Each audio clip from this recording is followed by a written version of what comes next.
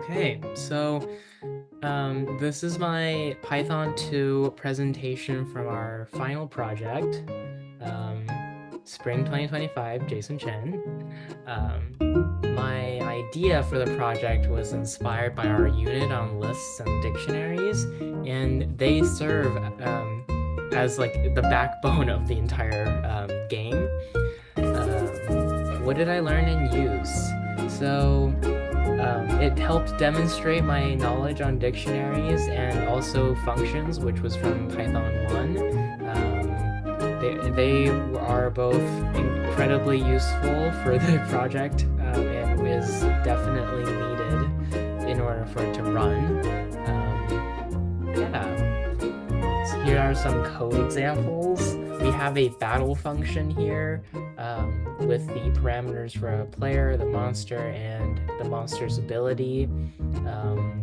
We have different print statements, a while loop here to end the function and return a different value, or here we have the while loop for the main function. We have different number of rooms that the player would have to go through, and once they've exhausted all the rooms and they're still alive, so here we check if they're still alive, then they end the game, or they finish the game essentially. Now let's demonstrate how the game actually works. So I'm here in Replit, and I'm gonna run the game all together.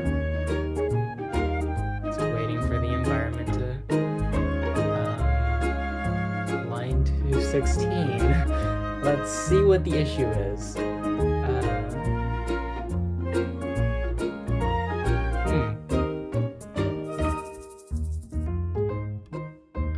Yes, we added, and we did not add the right colon for that function, for that for loop.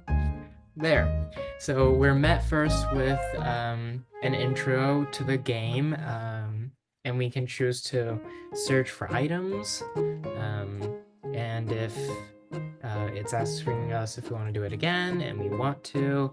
We found some chairs. That's pretty cool. And right now we have from our dictionary different dictionaries nested within, and here we have the keys for all of them. We have principal's office, which all the different rooms that the player gets to explore. In this case, let's go for the cafeteria. It says here we've entered, and now we have two choices: either fight the monster first or look for supplies. And it might be wise to look for supplies first. Unfortunately, with searching for supplies, there's always a chance that you'll get attacked, and in this case I just was attacked. We've encountered a predatoid, one of the monsters, and let's say we want to use an item, and it gives us some choices from our inventory, and let's say we choose pans. So the game goes on like this. It's turn-based, and until you die, or if you beat all the game different rooms, the game won't end, which is cool. Okay, let's move on. My favorite part. So I would say the names for all the different characters.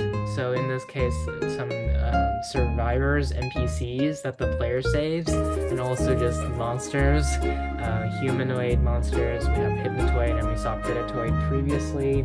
That was fun to do. And of course, with all projects, there are improvements that need to be done. In this case, it would be better if we had a function that works to edit the player's input every time, so that and give them feedback on what they should put in for the input, because if we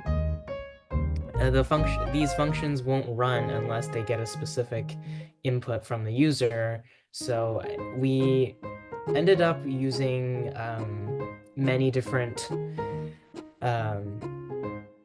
separate ways of essentially monitoring the input, and that it wasn't centralized, so it's hard to check every single function. Like over here, we have the inputs here for a while loop checking if they put in the right input. So something that's more that's clear and concise would be better.